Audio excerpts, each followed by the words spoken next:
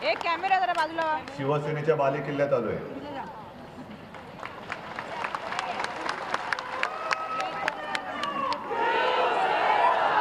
आजची 5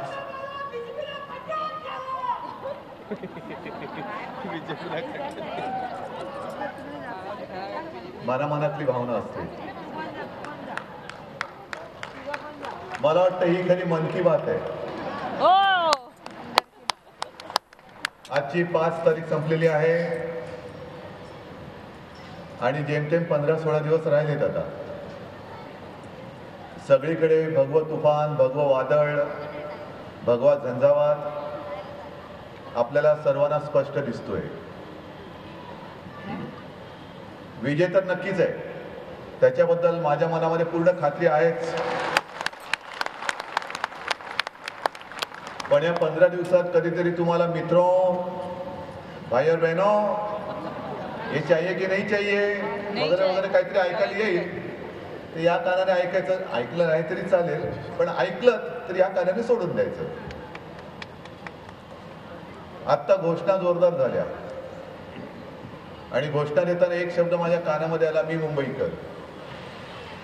आता काही जणांना सांगावं लागतं की मीच खरा मुंबईकर.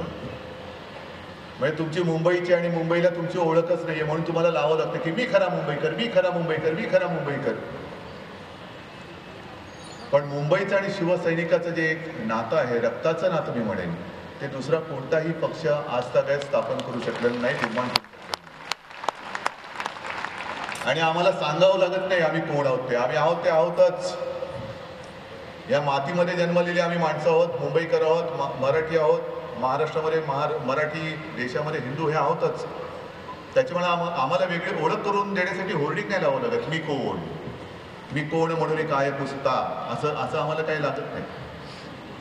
प्रचाराची सुरुवात झालेली आहे. काल आपला दणक्यात शुभारंभ झाला. आज सुद्धा तसाच दणक्यामध्ये हा आपला मेळावा होतोय, सभा होते आहे. प्रत्येकाची एक सुरू पद्धत असते. काल मी गिरगावमध्ये शुभारंभाचा नारळ आदित्यने वाढवला आणि झाली सुरुवात. आज काही जण हुतात्मा चौकात गेले आणि शपथ वगैरे घेतली म्हणतात. पारदर्शकता, मी सुद्धा वाट बघते की पारदर्शकता कधी येते त्यांच्यामध्ये. कॅबिनेटच्या मीटिंग्स तर मला वाटतं गेल्या 1-2 तर रद्द झाल्यात, ह्या उद्या परवा सुद्धा होणार नाहीयेत.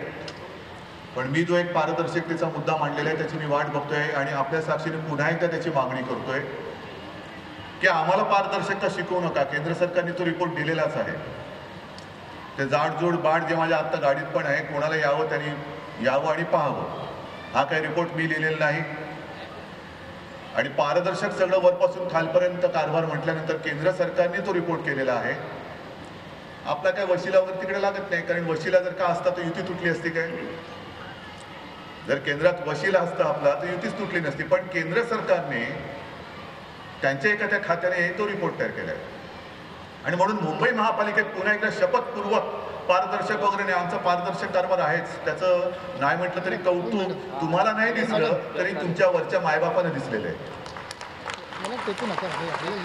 पण मी जी मागणी केलेली आहे की जशी पारदर्शकता आमच्या मुंबई महानगरपालिकेत आहे तशी पारदर्शकता राज्य सरकारच्या कारभारात मला पाहिजे.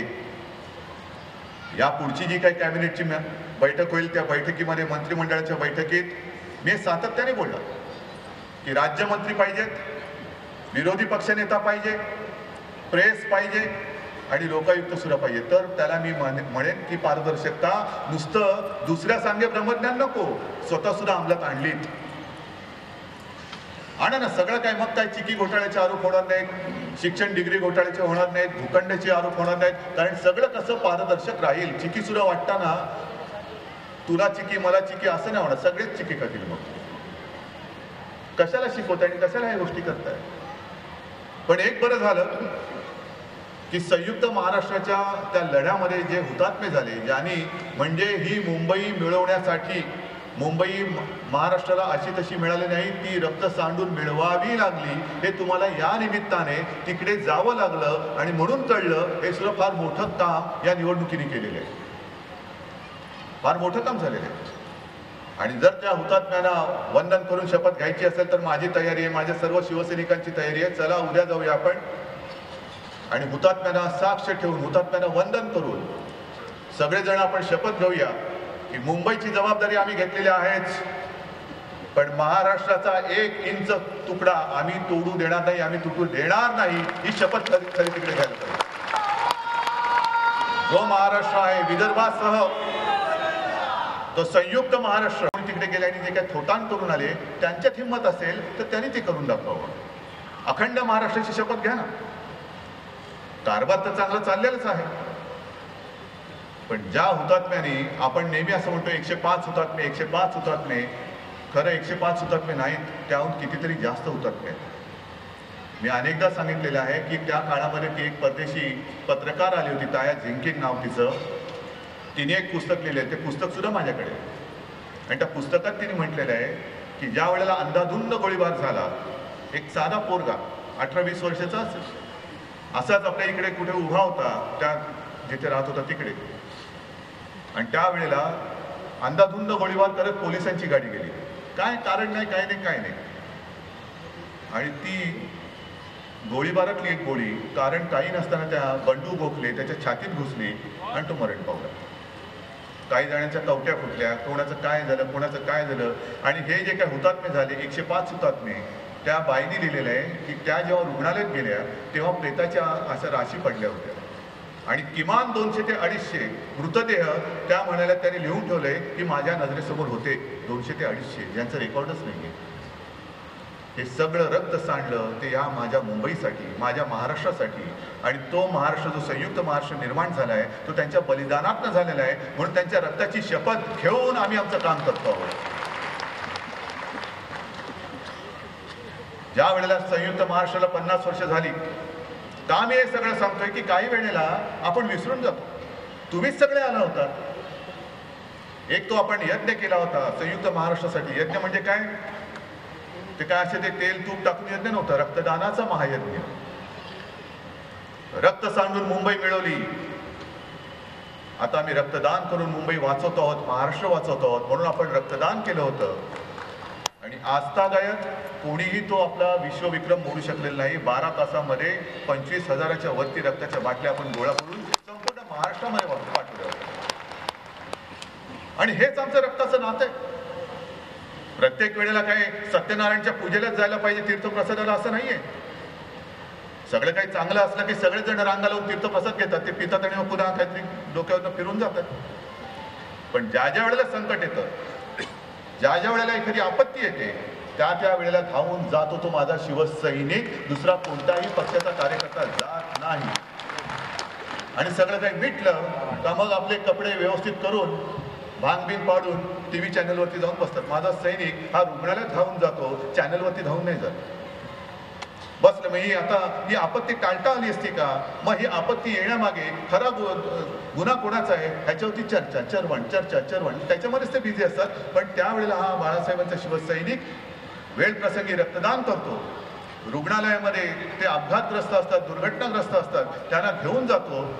आणि अनेक वेळेला असं झालेलं आहे की मी ज्या वेळेला हॉस्पिटलमध्ये पाहणी करायला जातो त्या सगळ्या रुग्णांची असेल किंवा अपघातग्रस्तांची असेल आणि शिवसैनिकांची विचारपूस करायला जातो, तेव्हा तिथले हॉस्पिटलचे डीन येतात, डॉक्टर येतात आणि मला सांगतात, उद्धवजी जरा एक विनंती करू का? तर काय, कृपा करून तुम्ही सैनिकांना सांगा की आता रक्तदान करू नका, आपल्याकडे पुरेसं रक्त आहे. पण ते ऐकायलाच तयार नाहीत. तुम्ही त्यांना कृपा करून सांगा, आमचं ऐकत नाही, तुम्ही सांगा की बाबा याच्या पुढे आता रक्तदान करू नका, गरज लागली तर आम्ही सांगू. सैनिक रक्त देतो, तो ते रक्त कुणाकडे जातं? मराठी माणसाला जातं, अमराठीला जातं, हिंदूला जातं, मुसलमानांना जातं. आम्ही काही बघत नाही त्याच्यामध्ये. हे एवढं आम्ही जीव की प्राण म्हणून तळहाताच्या पोडासारखी मुंबई जपतो आहोत. आणि ती मुंबई तुम्हाला काय वाटतं, तुम्ही आलात आणि असं मी खरा मुंबईकर म्हटलं म्हणून हे मुंबईकर काय तुमच्या पदरात टाकतील? जसं त्या पंचमजारीला मुंबई आंधण दिली होती, तशी आंधण ही महाराष्ट्राला मिळालेली मुंबई नाहीये, महाराष्ट्राने मिळवलेली ही मुंबई आहे. आणि म्हणून मला असं वाटतं की ह्या सगळ्या गोष्टी, काल मी यांचा सगळा समाचार घेतलेला आहे. निवडणूक आहे महापालिकेची, महापालिकेच्या कामावरती बोला ना. मग जी काही आम्ही कामं केलेली आहेत ती ठणठणीत आणि ठसठशीतपणाने होर्डिंगवरती लावलेली आहेत. मग त्याच्यावरती काही देण्यात टीका? 5 वर्षापूर्वी जेव्हा आपण कामं दाखवली होती, करून दाखवलं, 2 शब्दावरती आपण मुंबई जिंकली होती. कारण का? आपण केलेली कामं दाखवली होती आणि ती कामं कोणी खोडू शकलेली नव्हते. आज सुद्धा आपण जे काही कॅम्पेन करतोय, होर्डिंग लावले, डीड यू नो, मग ते मुद्दे तर खोडता येत नाहीत. मुंबईच्या रस्त्याची लांबी किती आहे, मुंबईच्या पाईपलाईनची लांबी किती आहे, मुंबई ते लंडन एवढी पाईपलाईनची मोठी आपली लांबी आहे, ती मुंबईची महापालिका मेंटेन करते. 30,000 सफाई कामगार, दिवस रात्र मेहनत, म्हणजे आपल्याला शनिवार रविवार बँक हॉलिडे वगैरे असतो, पण त्या सफाई कामगारांना नसतो. आरोग्याची पर्वा न करता दिवस रात्र मेहनत करून सफाई कामगार आपली सफाई करत असतात. अनेक गोष्टी आहेत. स्वतःचं हक्काचं पाण्याचं धरण बांधणारी मुंबई महापालिका ही देशातली एकमेव आणि सगळ्यात जलद गतीने धरण बांधणारी एकमेव महापालिका आहे.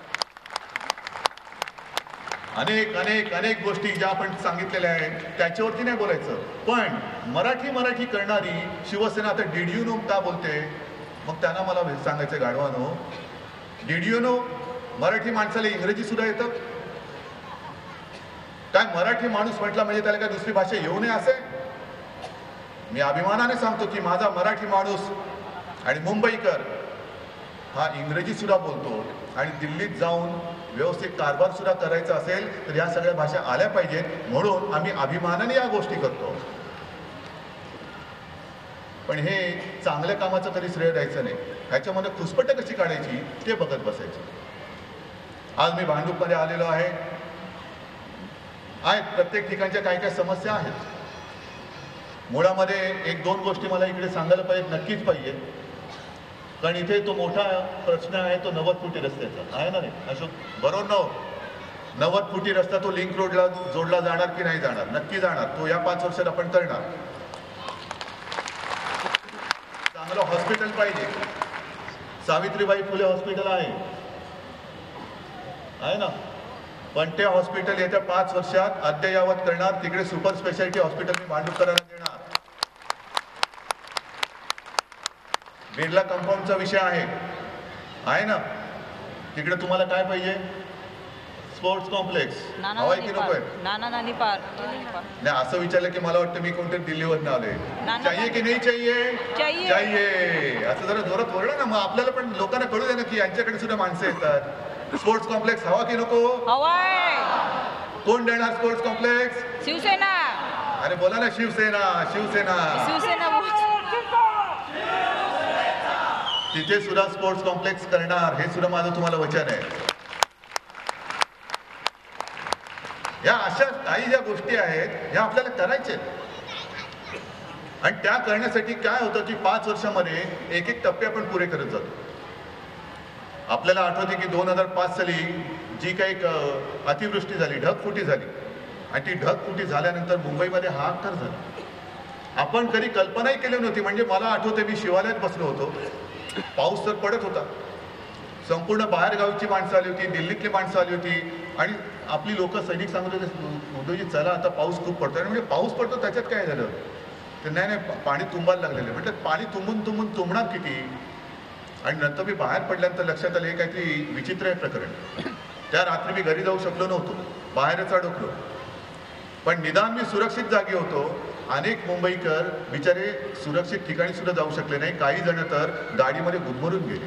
पाणी एवढं चढलं की आपल्याला कल्पनाच आली नाही की एवढा पूर हा मुंबईमध्ये येऊ शकेल.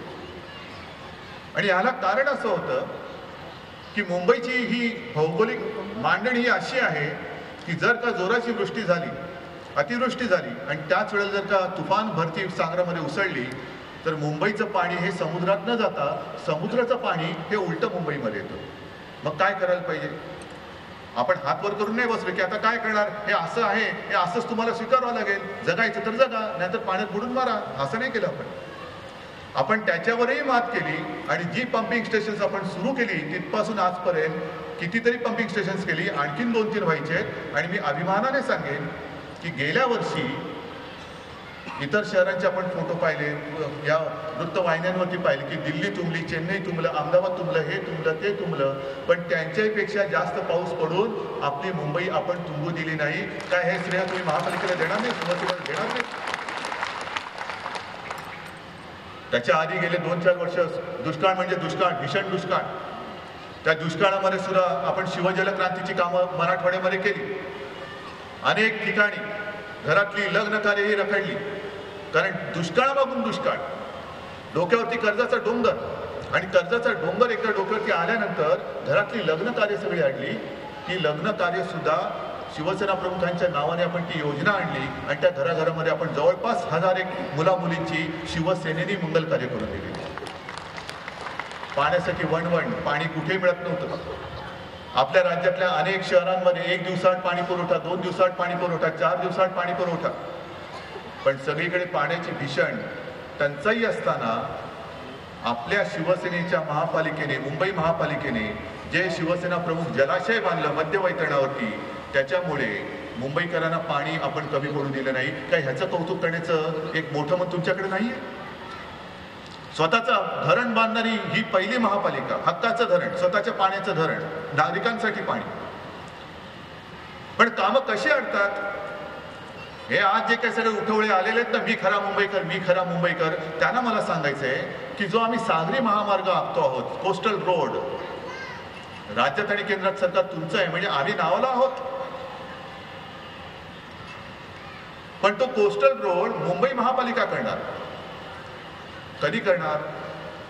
मध्यवैतरणा धरण जे आहे ते 3.5 वर्षामध्ये मुंबई महापालिकेने बांधलं. सगळ्यात जलद गतीने बांधण्यात आलेलं हे 9वं काम आहे जगामधलं.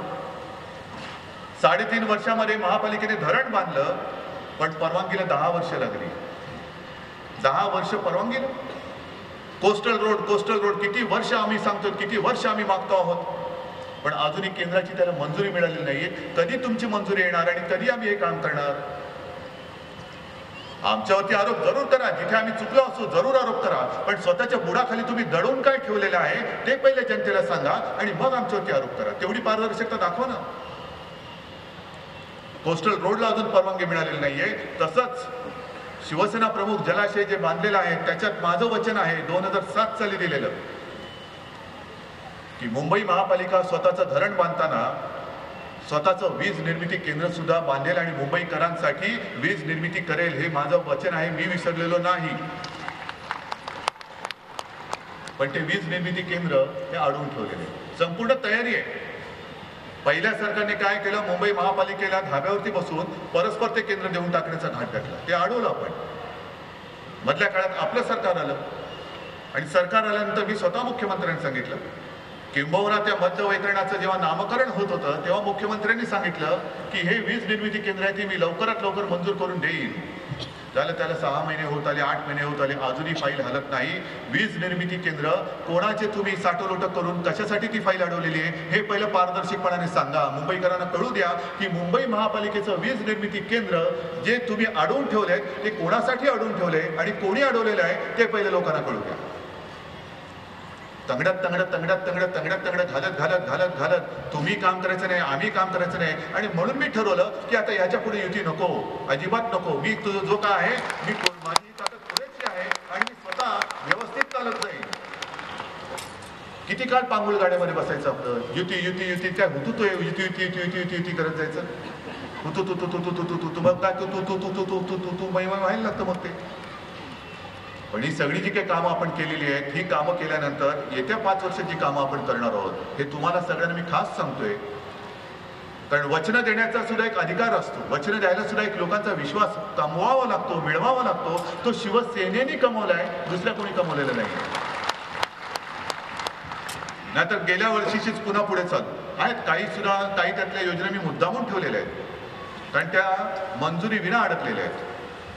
जसं तुम्हाला मी सांगितलं की बिर्ला कंपाऊंडचं त्याच्यावरती सुद्धा नेव्हीचं ऑब्जेक्शन आहे. का अडला ते स्पोर्ट्स कॉम्प्लेक्स? नेव्हीचं ऑब्जेक्शन आहे. आता ते ऑब्जेक्शन उडाल्यानंतर आपण महापालिका तिकडे स्पोर्ट्स कॉम्प्लेक्स करणार, बिर्ला कंपाऊंडमध्ये करणार. पण ह्या ज्या काही बारीक सारीक गोष्टी असतात त्या आपल्याला कळत नाहीत आणि त्या कळत नसल्यामुळे मग बाकीचे येऊन आपल्यावरती जे आरोप करतात आपल्याला असं वाटतं की अरे हेच खरंय की काय.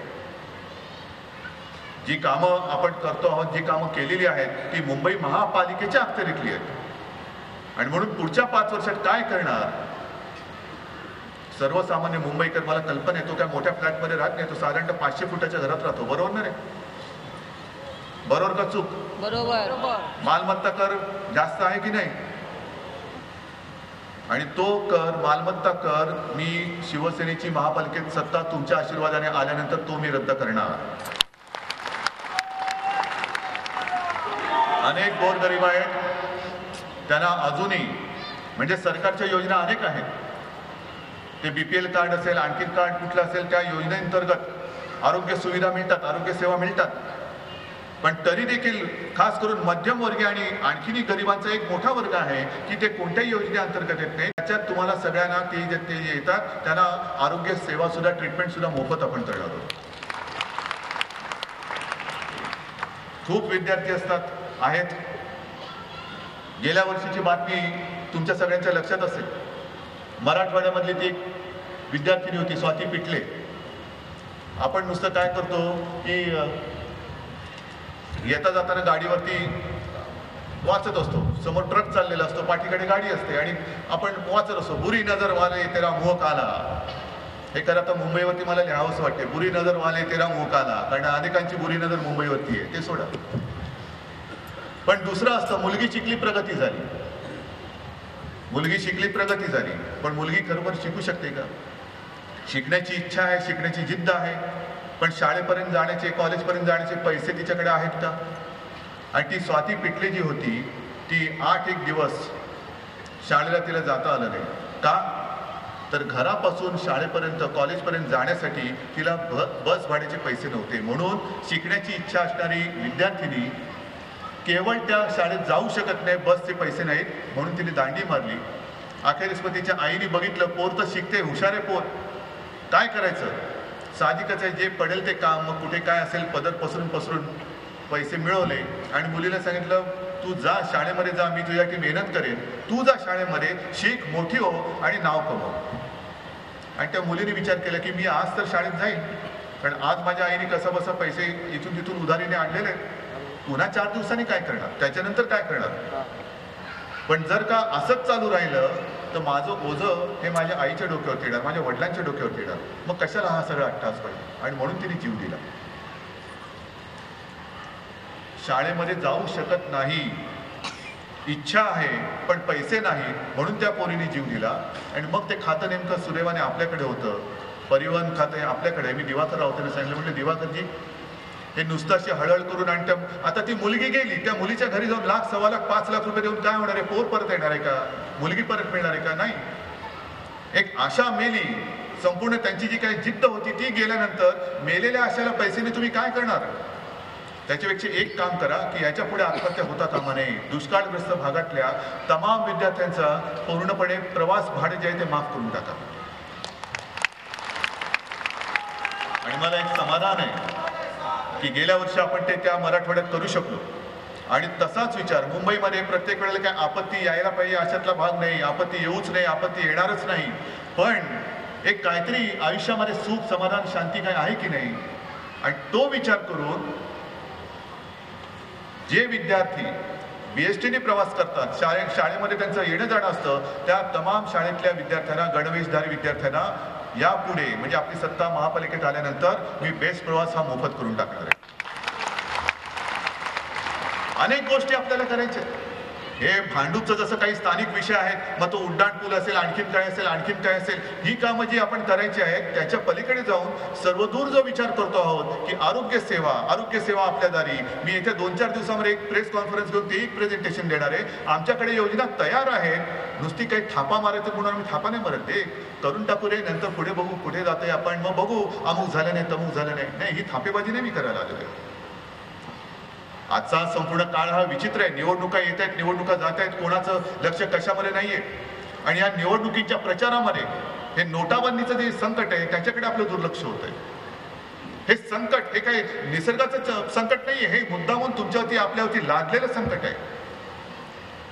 मला तर असं वाटतं की 2 वर्ष झाली, 2.5 वर्ष झाली, कब आएंगे अच्छे दिन. आता आहे तुमच्या मनामध्ये कधीतरी हा प्रश्न येतो, अच्छे दिन कधी येणार हा विषय येतो. सगळ्यांच्या मनात आता हाच विचार येतो की ATM मध्ये मला पैसे कसे मिळणार आणि कधी मिळणार. आणि तो पैसा सुद्धा काही चोरीचा पैसा नाही, काळा पैसा नाही, तुमच्या स्वतःचा कष्टाचा पैसा, घामाचा पैसा, हक्काचा पैसा. एक तर पैसे भरायला गेले की असं वाटतं की आहे मालदार पार्टी, आणि काढायला गेले की असं वाटतं की चोर आहे पैसे काढायला आला. पहिल्यांदा एक समज झाला गोरगरिबांमध्ये, आपली म्हणजे साधी सुधी जी माणसं आहेत, घरकाम करणारी असतील, साधी असतील, मोलमजुरी करणारी माणसं असतील, त्यांच्या मनात एक असा विचार आला की झालं ते चांगलं झालं, त्या सगळ्या शेठ लोकांना बरोबर लाईनीला लावलं बघा मोदी बाबाने. हे म्हणजे समानता आणली. मी ज्या रांगेत उभा आहे त्याच रांगेमध्ये शेठ पण उभा आहे. कुठे शेठ उभा आहे बघितलं तुम्ही? एकतरी श्रीमंत माणूस रांगेमध्ये उभा आहे? एकतरी फोटो रांगेमध्ये उभा असलेल्या श्रीमंत माणसाचं तुम्ही पाहिलंय? मी नाही पाहिलेला. अनेक जण 100च्या वरती माणसं या नोटाबंदीच्या हाहाकारामध्ये मेलेली आहे. जो काही काम आणला गेला होता की दहशतवादी हल्ले थांबतील, किती हल्ले थांबले? काळा पैशाला पायबंद बसेल, उलट पैसा बाहेरच पडतोय. अजून काळा पैशावरती रोख नाही. दहशतवादी हल्ले थांबलेले नाहीत. खोट्या नोटा मला माहित नाही किती आले असतील नसतील, कारण त्याचे फोटो आले होते. दहशतवादी हल्ले थांबले असले तरी नोटाबंदीच्या हल्ल्यामध्ये जी लोक मेली त्याची जबाबदारी कोण घेणार? रांगेमध्ये उभे राहून काही जणांना हार्ट अटॅक आलेला आहे. एक त्या गर्भवतीचं ती बातमी मी तर विसरूच शकत नाही, कारण काळजाला घर पाडून गेलेली बातमी. एक गर्भवती महिला आणि तिचा पती तरुण जोडपं होतं. 2-3 दिवस त्या ATMच्या रांगेत, बँकेच्या रांगेत उभे राहिले आणि ज्यावेळी त्यांचा नंबर आला तेव्हा ती मर्यादा होती 2,500 का काहीतरी. आणि जेव्हा नंबर आला त्यावेळी तिचा पती विनवणी करते, ती विनवणी करते की माझी पत्नी गर्भवती आहे, तिला ट्रीटमेंटसाठी, उपचारासाठी आणि एकूण या बाळणपणासाठी अधिक पैसे लागणार, कृपा करून पैसे द्या, कृपा करून पैसे द्या. नाही, नियम म्हणजे नियम, अच्छे दिन म्हणजे अच्छे दिन. तडफडा तुम्ही, त्यालाच आम्ही अच्छे दिन म्हणतो. आणि दुर्दैवाने व्हायचं तेच झालं. तिथल्या तिथे तिला त्या प्रसूती वेदना सुरू झाल्या. रुग्णालयात नेईपर्यंत तिच्यावरती नको तो सगळा प्रसंग ओढवला. बाळ तर दगावलंच. पुढे त्या महिलेचं काय झालं याची काही बातमी नाही आली. कोण त्या बाळाच्या मृत्यूची जबाबदारी कोण घेणार? अच्छे दिन आएंगे कसे? जन्माला येणारं मूलच जन्माला येण्याच्या आधी जर मृत्यू पावत असेल तर अच्छे दिन येऊन त्या चाटायचे कोण? बघा तुमचे अच्छे दिन. जन्माला येण्याच्या आधीच जर मृत्यू येत असेल तर अच्छे दिन येणार कधी? पण हा आपण काही विचार करत नाही. एक भ्रामक समजूत आहे, केले ते बरं आहे, होईल काहीतरी बरे होईल. कधी बरे होणार माहिती नाही. म्हणजे शांत राहा, सगळं काही व्यवस्थित होईल. शांत राहा, सगळं व्यवस्थित होईल. शांत राहा म्हणजे एकदा शांत राहत मेलात की सगळं काही व्यवस्थित झालं. हा जो काही सगळा कारभार चाललेला आहे, मी म्हणेन तीच पूर्व दिशा नाही चालणार. निदान शिवरायाचा महाराष्ट्र ते खपून घेणार नाही. अनेक गोष्टी त्या बोलता येतील, पण मला ती बोलायची आत्ता अजूनही वेळ आहे म्हणा, पण वेळ नाही म्हणा का, कारण माझी दुसरी सभा पण आहे. पण हा जो विचार मी म्हणतो आहे, बोलतो आहे, हा तुम्ही करतात की नाही? बातम्यांकडे तुमचं लक्ष आहे की नाही?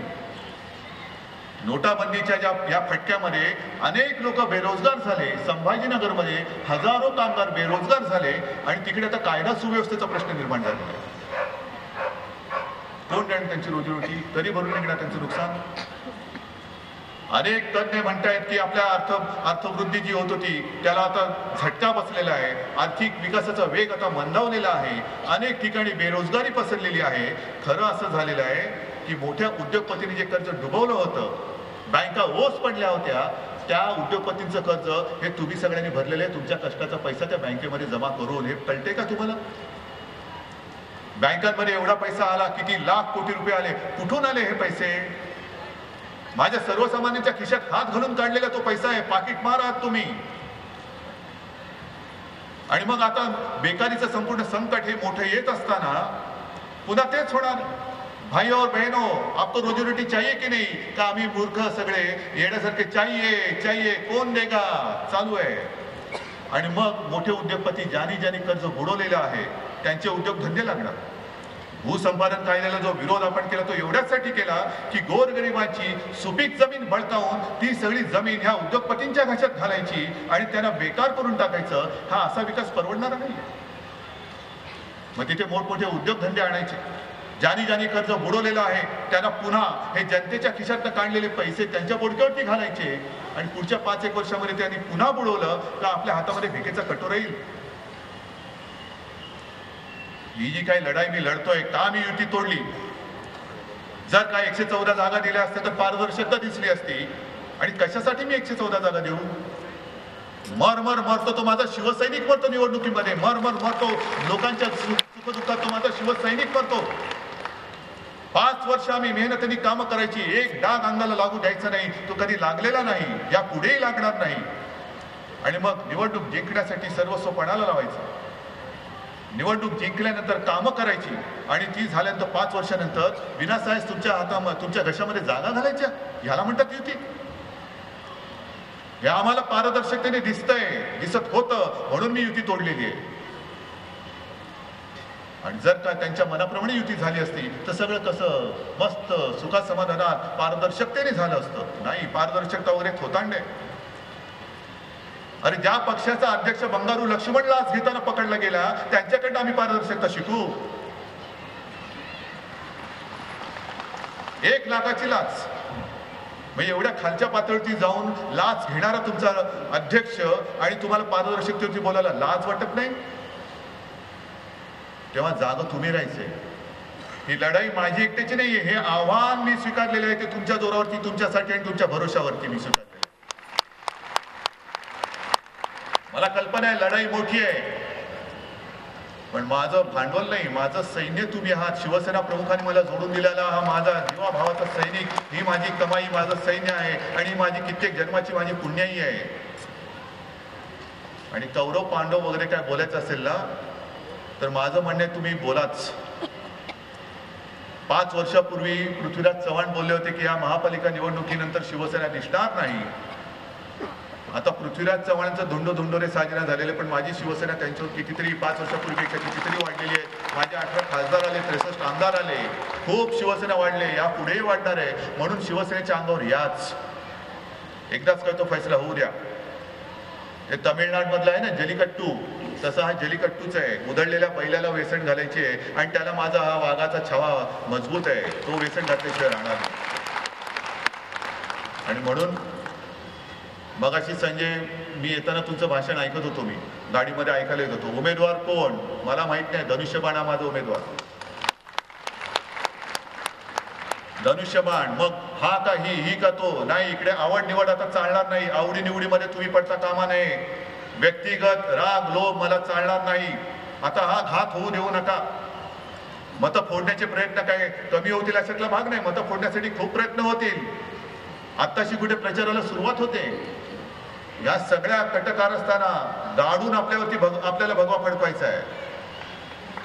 आणि म्हणून एक वचन मी तुम्हाला देतो, धनुष्यबाण घेतलेला प्रत्येक उमेदवार म्हणजे शिवसेना आहे आणि त्या शिवसेनेच्या उमेदवाराची जबाबदारी व्यक्तिगत मी घेतलेली आहे. तुमच्या विकासाची जबाबदारी शिवसेना म्हणून आणि पक्षप्रमुख म्हणून मी घेतलेली आहे. तमाम शिवसैनिकांना मी आज आवाहन करतोय की प्रत्येक वॉर्डातून मला उमेदवार नाही, धनुष्यबाण जिंकला पाहिजे. धनुष्यबाण धनुष्यबाण धनुष्यबाण. बस ही मोठी लढाई आहे. ही लढाई माझ्या एकटीची नाहीये, ही आपल्या सगळ्यांची आहे.